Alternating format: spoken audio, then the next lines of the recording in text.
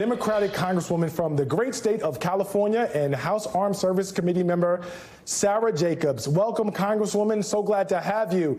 So many of these amendments are not going to be enacted because of the Democratic Senate. But let's get right into it. What are Republicans going to do in order to reconcile this notion of culture wars and their impact on what is a matter of national security with the Department of Defense?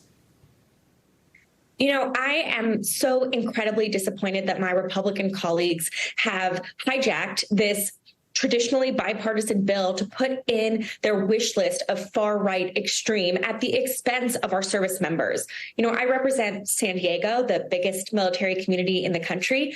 I can tell you that I am not getting phone calls from my constituents about drag shows. I'm not getting phone calls from my constituents about DEI. I'm getting phone calls from my constituents about the fact that they can't find or afford housing. The childcare wait lists are 4,000 people long. They can't afford food. You know, in San Diego alone, we have 45,000 members of military families who visit the food bank every month.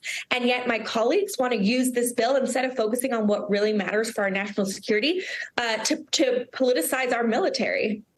Yeah, you know, I noticed that Speaker McCarthy said that we can't have a successful military with Disney training our troops. I don't know of any situation where Disney is actually training our troops. But I want to ask you, how much of what we're talking about here with the Republicans is just really virtue signaling to their base? And how much of it is really about an actual concern to members of our armed forces and their families and their readiness to actually defend our country?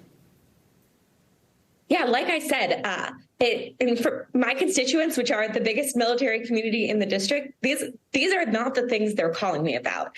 And so I do think this is a lot about Republicans trying to hijack this bill and make it their extreme far-right wish list, and actually to the detriment of the readiness of our military, because we're having a recruitment and retention shortage right now, and banning gender-affirming care for people and their dependents, not making it so that female service members can get the health care that they need. Why would anyone then decide to go into the military if it means they're going to have less rights as a service member than they do as a civilian? You raise a great point about the ability of the U.S. Armed Forces to be able to recruit if these policies are passed. But I want to talk to you very quickly about 4 of your Democratic colleagues who voted in favor of this bill. What do you say to them? We've been talking about Republicans the entire time, but we have some Democrats who actually did side with them. So what do you say? You know, I had long conversations with many of my colleagues. I know voting against the defense bill is really difficult for a lot of folks. They believe in supporting our military, as we all do, and they want to make sure that they are bringing, support home to their communities, many of which are military communities. And so I know this was a really tough call for a lot of my colleagues, and I'm glad that the vast majority of the Democratic caucus voted against this bill with these harmful provisions that would take away the rights of our service members.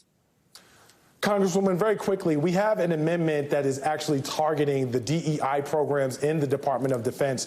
And of course, this comes just after the Supreme Court exempted military academies in its ruling banning race-conscious admissions. So when you're talking about this, how important is it that we have context around understanding the DEI amendment and the pushback that it's having? Look, Charles, I know that you know better than most how important having these kinds of programs are in the workplace, especially in our military. We have a very diverse military. We want a military that reflects the United States. And to do that, we have to make sure that everyone, when they come in, gets support.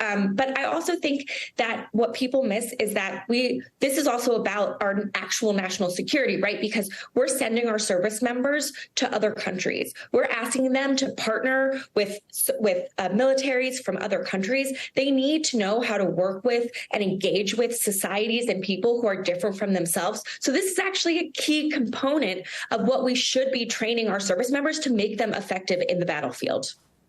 California Congresswoman Sara Jacobs, thank you.